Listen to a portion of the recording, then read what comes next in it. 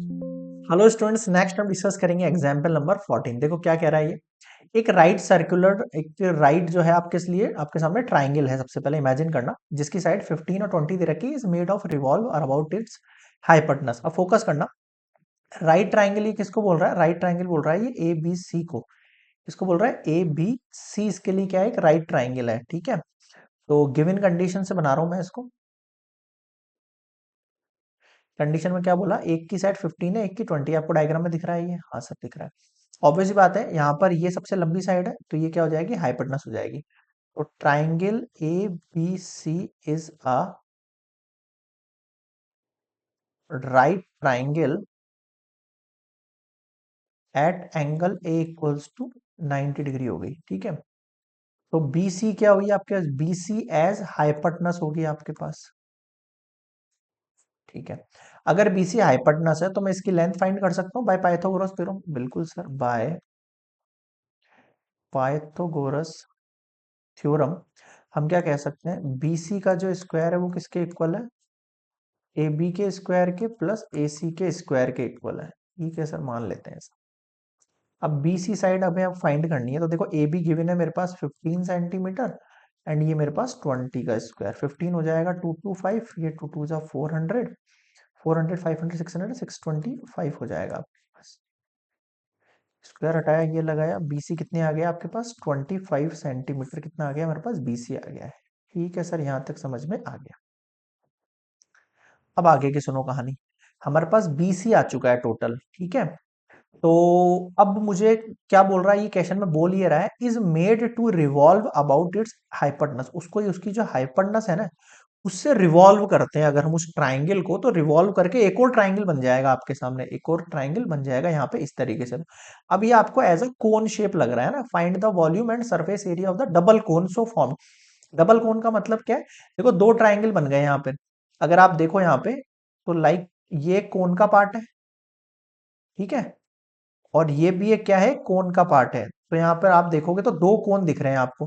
तो जो दो कोन बने हैं उन्हीं का आपको वॉल्यूम निकालना है, उन्हीं का आपको सरफेस एरिया निकालना है, ठीक है। ठीक है सर, समझ गए। अब मेरी बात सुनो। अगर मैं फर्स्ट वाले की बात करूं, अगर मैं इस ट्राइंगल को लेता हूं ना, इस ट्राइंगल को और इस पूरे ट्राइंगल को, इस ट्राइंगल को और इस पूरे ट्राइंगल को लेता हूं, तो देखना किस तरीके से रिफॉर्म करूंगा। यहां तक एक बार समझ में आ गया ना? ठीक है। अब देखो मैं दो ट्राइंगल ले रहा हूं। इन ट्राइंगल, सुनना ध्यान से, ए एम बी, क्या लिखा मैंने? A M B and triangle, आपको क्लास 10th याद आ जाएगी अपनी फटाफट से, आप देखना है ना। In triangle A M B, अगला मैं लिख रहा हूं ट्राइंगल सी ए बी। इन दो ट्राइंगल अगर के अंदर अगर आप फोकस करो, तो आपके पास एंगल बी जो है वो इस छोटे वाले ट्राइंगल में भी आ रहा है और इस बड़े वाले ट्राइंगल में भी आ रहा है। ऐसा मैं क्यों कर रहा हूं अभी पता लगेगा आपको, क्योंकि मुझे यहाँ पर वॉल्यूम एंड ऑल निकालने के लिए, ये कौन है, इन कोन का मुझे नीचे वाला पार्ट क्या है? रेडियस है। रेडियस पता करना पड़ेगा, यानी मुझे एम फाइंड करना पड़ेगा, ठीक है।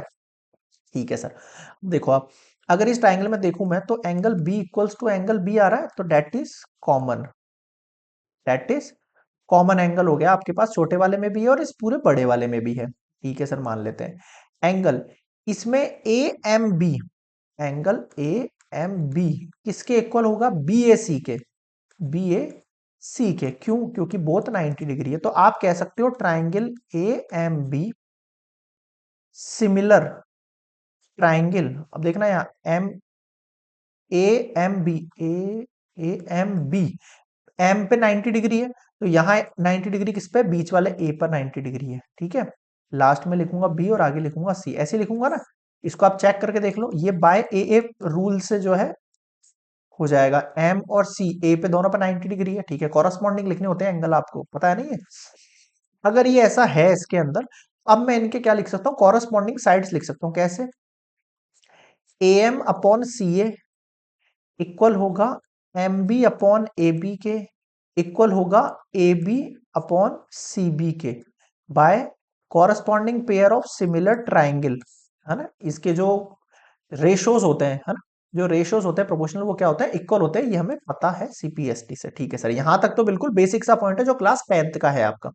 और मुझे इसमें से दो पेयर लेना है। क्यों लेना है? देखो, ए बी, क्या मेरे पास ए बी की वैल्यू है? हाँ सर, है मेरे पास ए बी की वैल्यू। क्या मेरे पास AC की वैल्यू है? हाँ सर, ए एसी की वैल्यू भी है। अब मुझे ये बताओ, और किसी की वैल्यू है इसमें? सर नहीं है। हाँ है ना, बीसी की वैल्यू भी तो है। ओके, बीसी की वैल्यू भी है। अब देखो, क्या ये पूरा और ये पूरा, केवल मैं ये दो पेयर सेलेक्ट कर लूं? हाँ, क्योंकि बीच वाला मेरे पास है नहीं, ये दो पेयर मैंने सेलेक्ट कर ली। देखो, इसको करने के दूसरा रूल भी हो सकता है, मैं दोनों ट्रायंगल में पाइथागोरस थ्योरम लगा के भी सॉल्व कर सकता हूँ इसको, बट सिमिलरिटीज थोड़ा सा जल्दी निकल जाएगा। तो from CPST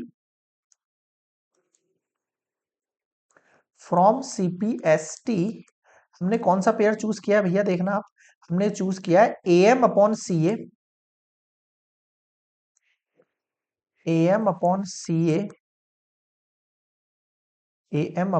A equals to ab upon C B, equals to, एक सेकंड, क्या बचा है? ab अपॉन सी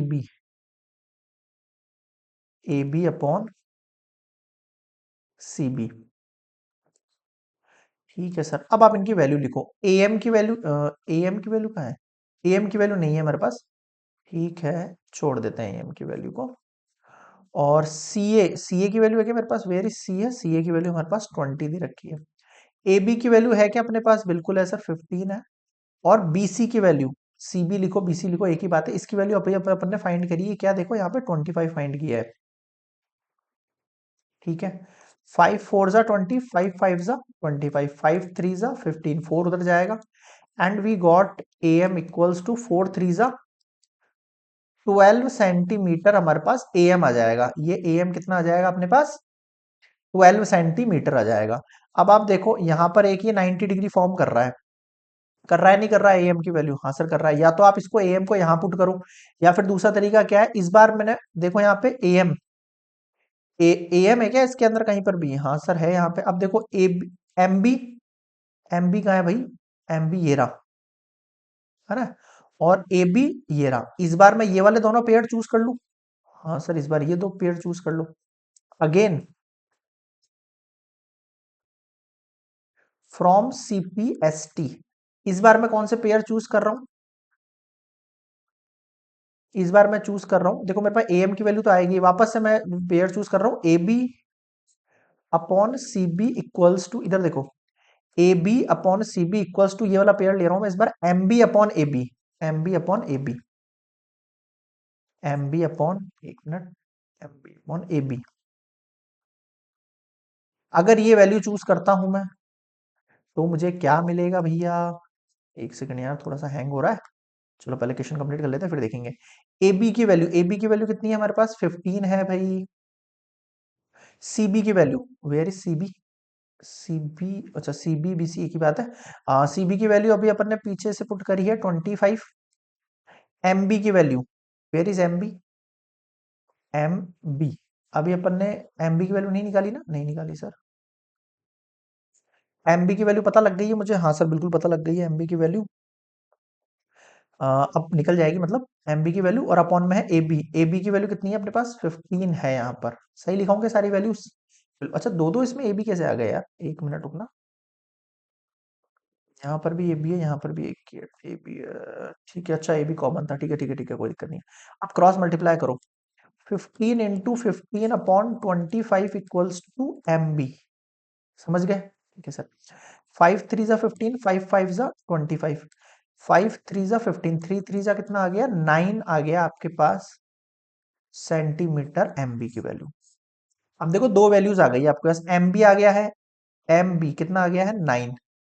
और ए एम आ गया है, कितना आ गया है? 12।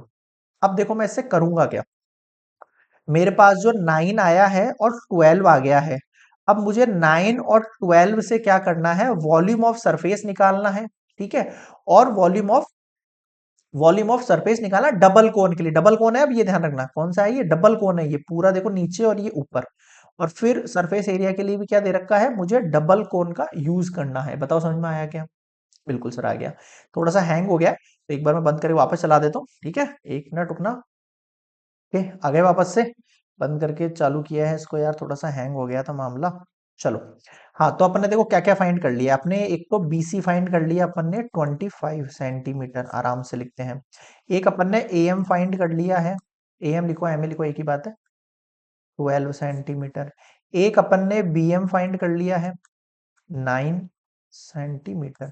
अब अगर मैं आपसे कहूं कि आप मुझे MC निकाल के दिखाओ, आप क्या करोगे यहां पर? सर हम यहां पर क्या करेंगे, MC के लिए टोटल जो BC दे रखी है लाइन हमें, उस लाइन में से अगर मैं BM को माइनस कर दूं, किसको माइनस कर दूं? BM को माइनस कर दूं, तो BC कितना है मेरे पास? वही टोटल 25 है, और BM की वैल्यू कितनी है मेरे पास? 9 है। कितना आ जाएगा मेरे पास? 16 सेंटीमीटर आ जाएगा ये भी।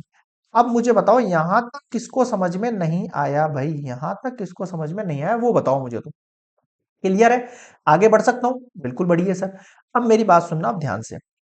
वॉल्यूम एंड सरफेस निकालना है, तो सबसे पहले तो मैं निकाल देता हूं भैया वॉल्यूम ऑफ डबल कोन।